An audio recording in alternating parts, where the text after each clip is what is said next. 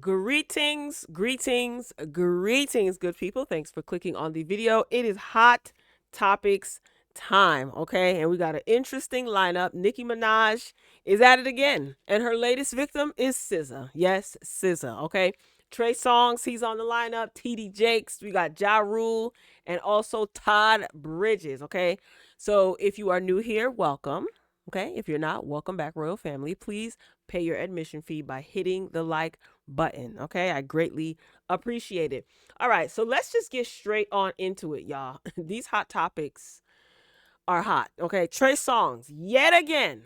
Okay, Trey Songz is being accused of assault. So there was a witness that recently went online and said that Trey Songz, he basically popped off on a girl, and prior to the incident with him popping off on a photographer. So he's being accused of assault. There's a photographer that is basically going to be pressing charges. Trey Songz's lawyer has given a statement and denied the allegations. Okay, this is not Trey Songz's first time, and it probably won't be his last being wrapped up in a assault allegation. He always putting hands and paws on people and always being accused of being inappropriate. All right, so without further ado, let's take a look and a listen to what this so-called witness had to say about Mr. Songz. Like to hear it? Here you go. Trey Songz is a psycho. He tried to pop off on a girl tonight, and because he tried to pop off on a girl tonight, he thought somebody was recording him. He smacked the phone out of dude's hand, and then my man's was recording. You know what I'm saying? He walked up to my man's and gripped his camera out of his hand, threw it on the floor, then grabbed the nigga by his head. Be honest, bro. It's over. You're going to court. You're going to court, Trey Songz. Okay. Take a picture here. Close the tunnel.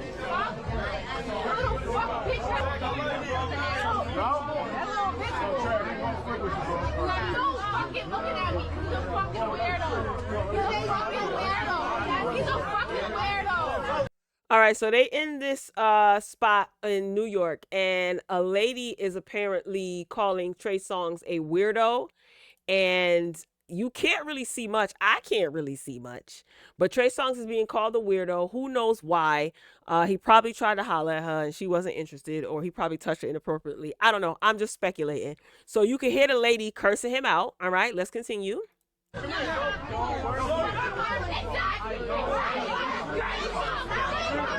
So this is footage from the photographer.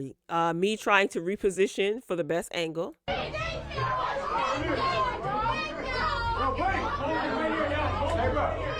He said that he was requested by the owner of the venue to capture, footage. He was a hired photographer by the owner of this establishment.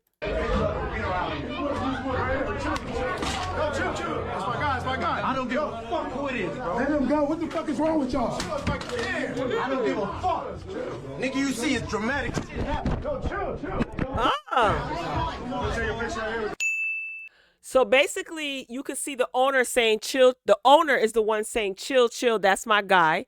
And what appears to be Trey Songz is basically smacking equipment out of the photographer's hand, saying he don't give a F who it is. You see stuff is getting dramatic.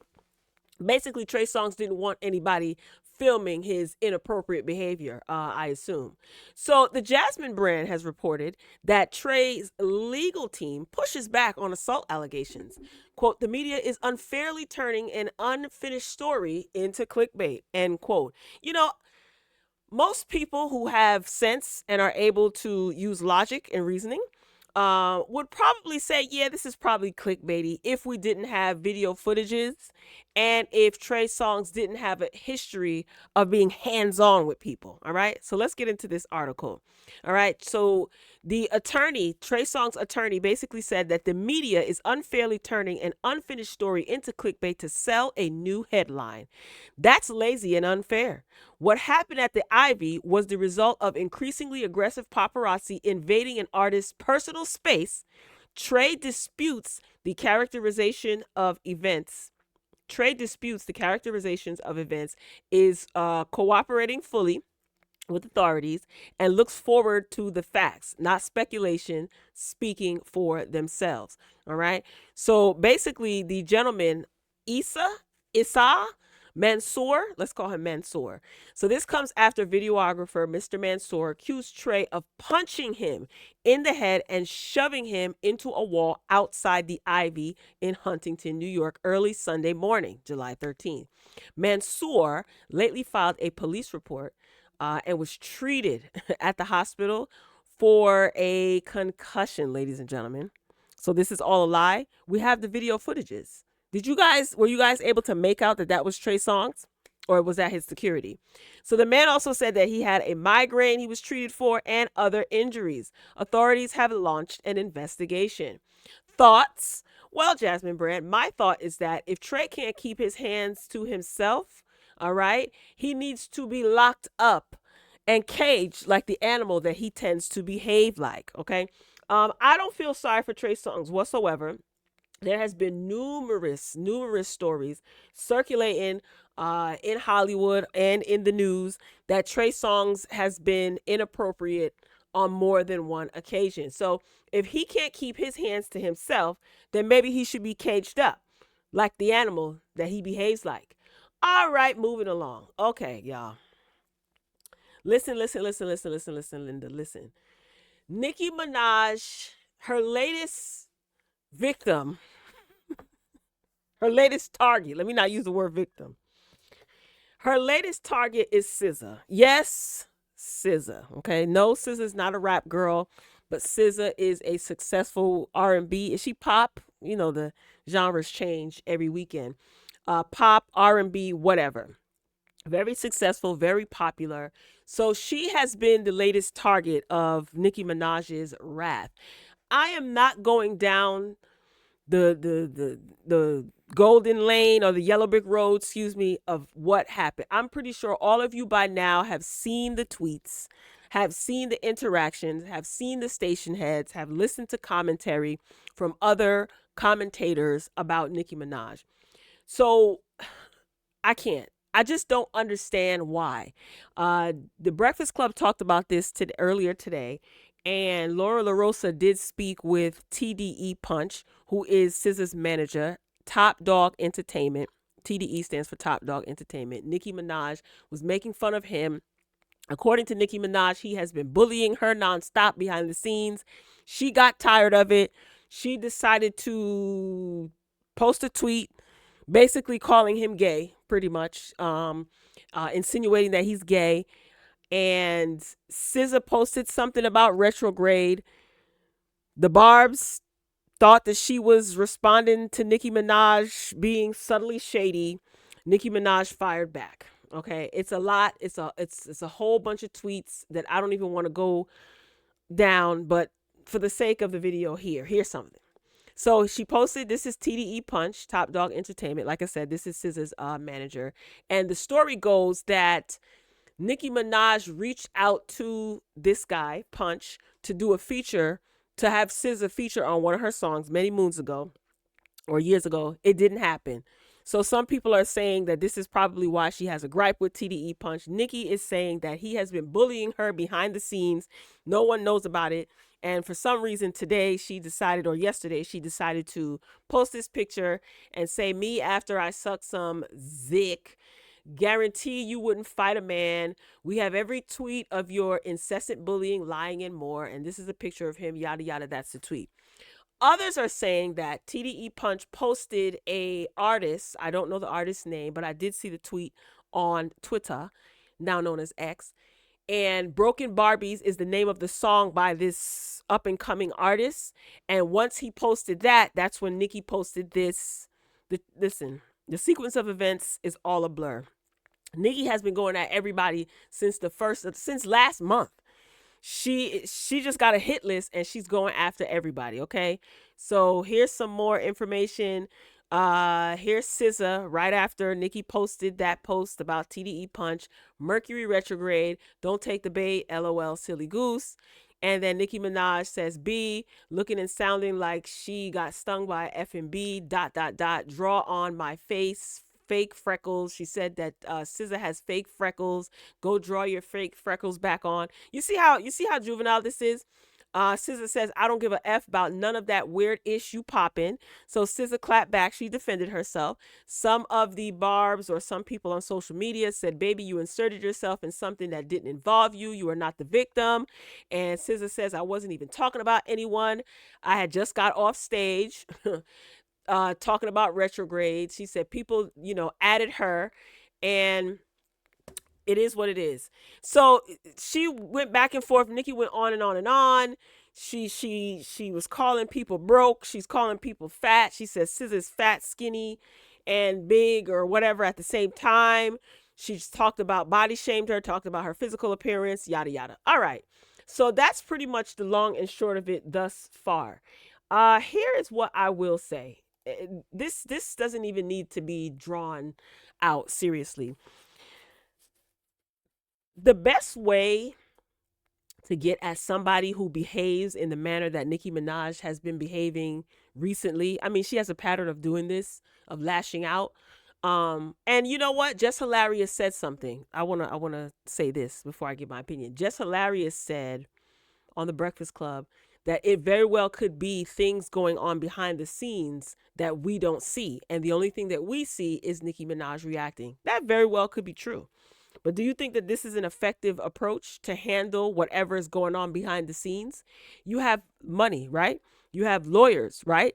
You have access to legal representation, right? So if anything is going on behind the scenes, or if anything is going on, why don't you handle it like someone who is in your tax bracket would? No? Is it just me? Another thing I wanted to say is the best way to, I guess, combat someone who behaves like Nicki Minaj is to ignore them.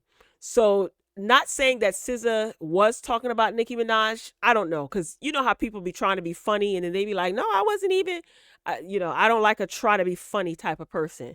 So I can see how some people can say that SZA was trying to be funny. Maybe she wasn't. She could very well not have been. But I don't think that Nicki Minaj's response warranted all of that, talking about SZA's physical appearance, calling her out of her name, calling her the B word.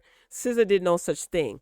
So Nicki's going to do whatever she wants, just like most people in this world, most humans do whatever they want. But please be advised that when you choose to do whatever you want, there are consequences to follow, right? Just because you can do something doesn't mean that you should.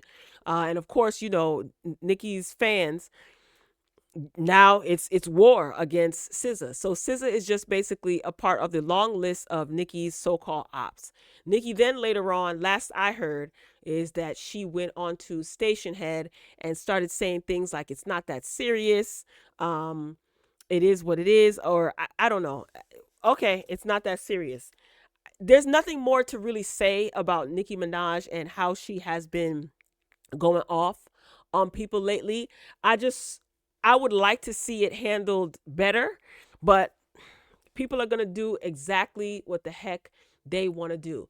So Lauren LaRosa, she was on the Breakfast Club, and she said that she spoke to TDE Punch, who stated that he has no idea, what this is all about, which I don't believe. I think he knows what the issue is, and it's best for him to just play like he doesn't know what's going on, because that will basically further fuel the assumption and rumors and speculations that Nicki Minaj is crazy. So I mean, I'm pretty sure he knows exactly why Nicki Minaj is pissed. But either way, I just feel like I wish that she would handle these issues that she has with people behind the scenes like someone who is in her tax bracket, or the tax bracket I'm assuming that she's in, okay? Because there's talks that she's going broke, but that's none of my business, because she don't owe me no money. I don't owe her no money. Her money is not my money. My money is not her money. So she can do whatever she wants. But like I said, ladies and gentlemen, just because you can do something doesn't mean that you should. So I'm just going to sit back and stay tuned to see who is the next target on Nicki Minaj's op list. All right. Moving along. I thought that this was interesting. Ja Rule says that he tried to play peacemaker between Ashanti and Gotti. Okay, for those of you who are not aware, Gotti passed away back in February due to complications from diabetes. He was a diabetic. He was a non-compliant diabetic, meaning that he did not take his medication, he did not change his diet, he did not change his lifestyle. Okay, so he succumbed to the complications from his disease. All right, everybody knows Murder Inc. was all the things back in the day. Consisted of Ja Rule, Ashanti, Gotti was the owner and operator of Murder Inc. Lloyd. Was Vita part of Murder Inc. too? Vita, whoever else. Anyway, Ja Rule says that he tried to play Peacemaker back in the day. Unfortunately, before Gotti passed away, Ashanti, she's done a couple of interviews, and she revealed a lot of disturbing things that took place between her and Gotti. She said that Gotti was not the nicest to her. He was mean. They had a situation. He got very jealous. He was verbally abusive. I don't remember if she said he was physically abusive, but they didn't get to reconcile before his passing.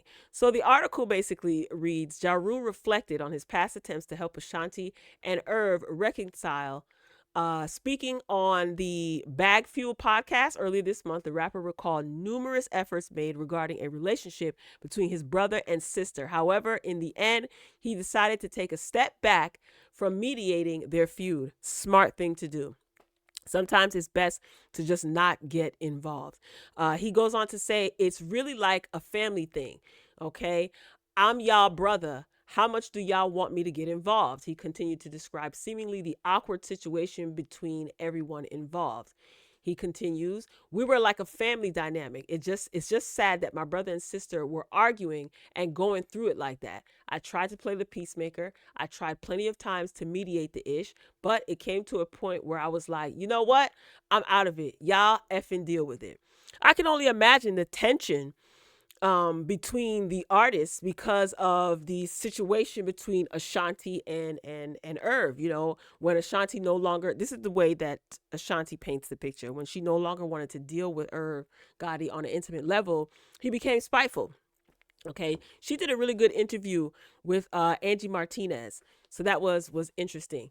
So he goes on to say both parties said, cool, I got you, Rule. I'm not sending no more messages. I'm not doing no more of that ish. I'm out. Just leave me the F out of it. Y'all deal with it. Y'all grown. And everybody was cool with my stance, and that's fine. I wish it could have been different. So in 2022, Irv Gotti claimed that he was in love with Ashanti when she first started dating rapper Nelly in the early 2000s. The R&B singer responded by claiming, it wasn't surprising to me. Irv flat out lied about a lot of things.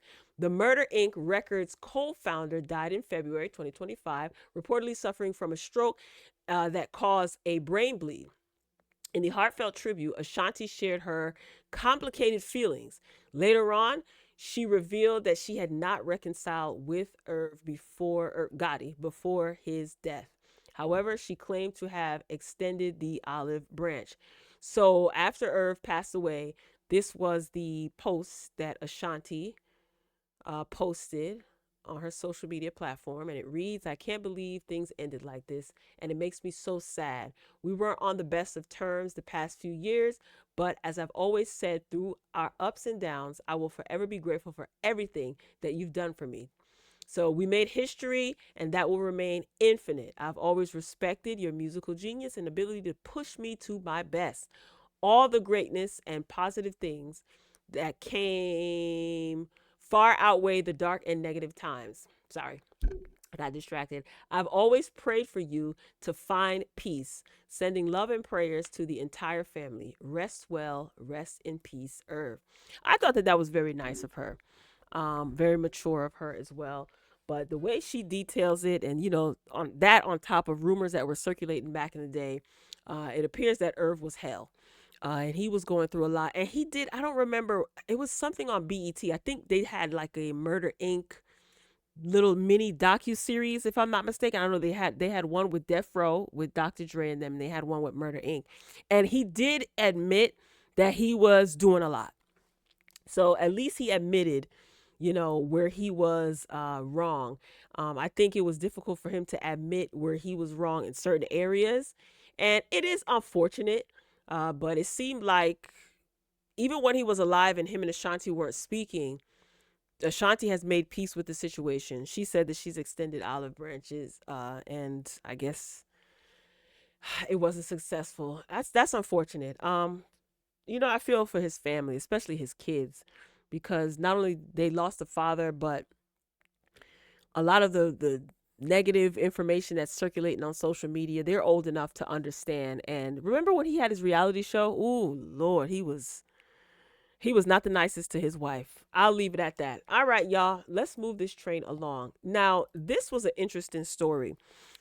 For those of you who remember Gary Coleman, you see the little picture on the right. What you talking about, Willis? That's Gary Coleman, who played Arnold Drummond on the show Diff'rent Strokes. When did that show come out? That had to be the 80s. Okay, I'm an 80s baby, and I remember that show.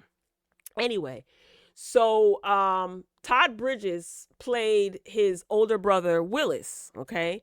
I'm not going to go down the history of the show, the origin of the show. Google it, okay? Look it up for those of you who are not aware. Anyway, so Gary Coleman, when Gary Coleman died, there were rumors that his then wife was responsible for his death, basically. So recently there was a show on A&E, I forgot the name of the show, where she took a lie detector test, okay? And she was asked questions about if she had anything to do, basically, with her husband, Gary Coleman, dying. She said no. She basically failed the lie detector test, all right? So Todd Bridges now is being interviewed by, I think this is Access Hollywood. Lord, I hope they don't flag this video. If they flag the video for this, then you know it's just gonna cut here. Then you can go on the Jasmine brand and take a look at the video. But again, if they cut the video, then you know what's up. Anywho, so Todd Bridges, he wants the truth, you know, after Gary Coleman's ex-wife fails lie detector on A&E special. Oh, what is she hiding? Duh, it's right here. I was looking out the window, wasn't even looking at the screen. Anywho, so this is unfortunate, and this is really sad to see. Now, we don't know if this woman is responsible for Gary Coleman's, you know, passing. And also, to my understanding, lie detector tests are not admissible in court. So even if they reopen this investigation, I don't think they're going to be able to use the clip from this show showing that she failed the lie detector tests as evidence, right? Correct me if I'm wrong. All right, y'all, let's take a look and a listen. Like to hear it? Here you go. What really happened on that day? I believe that Gary Coleman, he deserves to have it really looked into a lot more. Even though it was ruled an accident, ever since Gary's death in May 2010, there have been questions surrounding his ex-wife Shannon Price and what happened that tragic day, including from Todd and other close friends. We've always suspected that from the very beginning. I never publicly said it because I didn't want to wonder about being sued, but if she doesn't pass this lie detector test, I can say what I want then. Because then something's wrong. Although Shannon denies there was ever any violence in their relationship, police were called to the couple's home many times, and Todd also claims Gary said this only 2 months before his passing. The last conversation I had with Gary was, he was worried about his safety with Shannon. He was like, you know, I don't know what's going on. I'm worried about this. We're always getting into it. And he said, she's stronger than me. We reached out to Shannon regarding those claims, but... So is he insinuating that there was some domestic violence taking place in the home? But haven't heard back at this time. I'm just going to say this. He never fell down the stairs, any stairs. None. So this narrative about me pushing him down the stairs is just BS. She said he never fell down the stairs, but that's not what the investigation claims. While watching the special, Todd noticed something about Shannon's story of what happened the night of the tragic fall. So that's a little interesting. She's changing her story already from how it was in the very beginning. When I talked to Shannon the day before she pulled the plug, I asked her what happened, and she had told me he fell down the stairs. Jurors will cover 3 key areas on the polygraph test. Oh, mercy. 1. Did Shannon and Gary's relationship lead to domestic violence? 2. Did Shannon fail to provide aid to Gary after his injury? And 3. I've always believed that one, too. Did she, in any way, caused Gary to fall? Are you for me? My personal opinion is the bottom two, for sure. I want to see if she passes this. If she can pass this, okay, yeah, we believe her. But if she can't pass it, then it's something different. And that police department needs to do something. And when the results finally came back, the first two came back inconclusive, but there was a strong reaction on the third. I also asked you, did you physically cause Gary to fall that day? And you answered no. And the results are,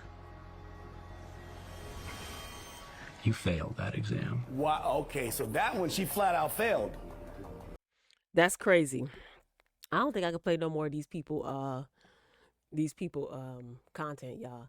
So yeah, if you want to see the rest of the video, it's on the Jasmine Brand's Instagram page. And yeah, if you have A&E, you can watch the special, What Is She Hiding? That's very disheartening, and it sucks because this man died. He was taken advantage of by his family, and to possibly have been taken up out of here by your wife, that's a lot. I don't know. Todd Bridges looks great. This man has gone through a lot in his life too. He battled with, substance abuse and addiction, and look at him. He looks great. He has a podcast called Dang.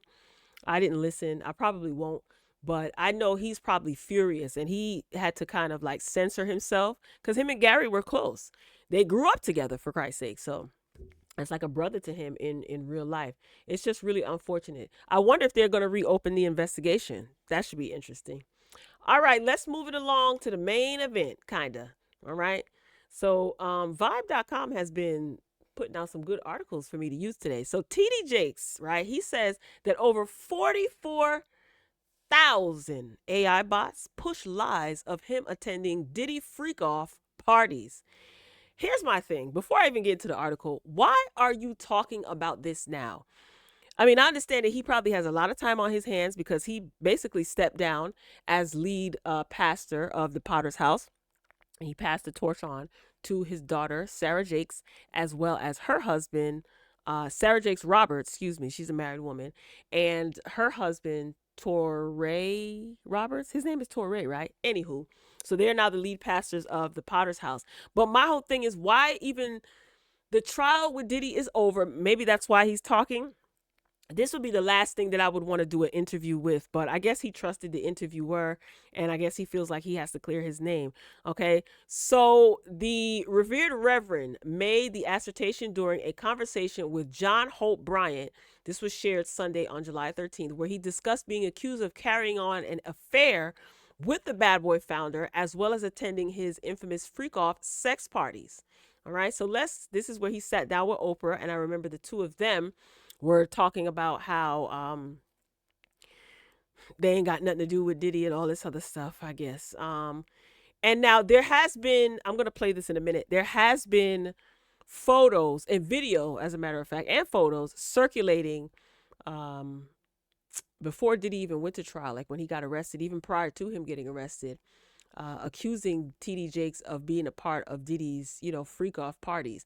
Now there's video and pictures of TD Jakes at a Diddy party, but there was no evidence of TD Jakes being involved in a freak off. So Diddy has these parties, these white parties, yada yada. He has the day party basically, and then the freaks come out at night at the night party. All right, they're accusing Bishop of being at the night party, and he said he ain't at no night party. He ain't go to no night party. That's not what he do. Okay, so let's take a look at this interview, I guess. Like to hear it. Here go.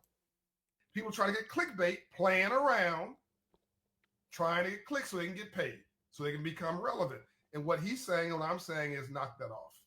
There's no time for all that stuff. And it's interesting how black people often increasingly are attacking black people. I said it, right?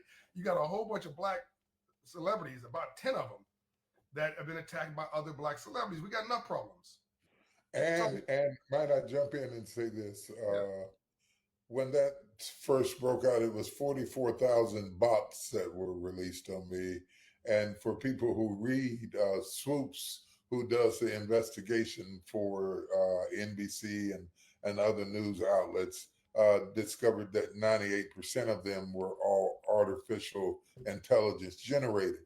The other thing that it really proved to me, to Oprah, to Denzel, to all the people, it's Denzel. everybody. I It's mean, you can everybody. just name Uh-uh. anybody. It goes along with the turf. Is that we have got to stop getting our information on TikTok. Oh. Right. You know, that's a good place to start. Right. By the way, there is an FBI website. You can just go there. Absolutely, absolutely.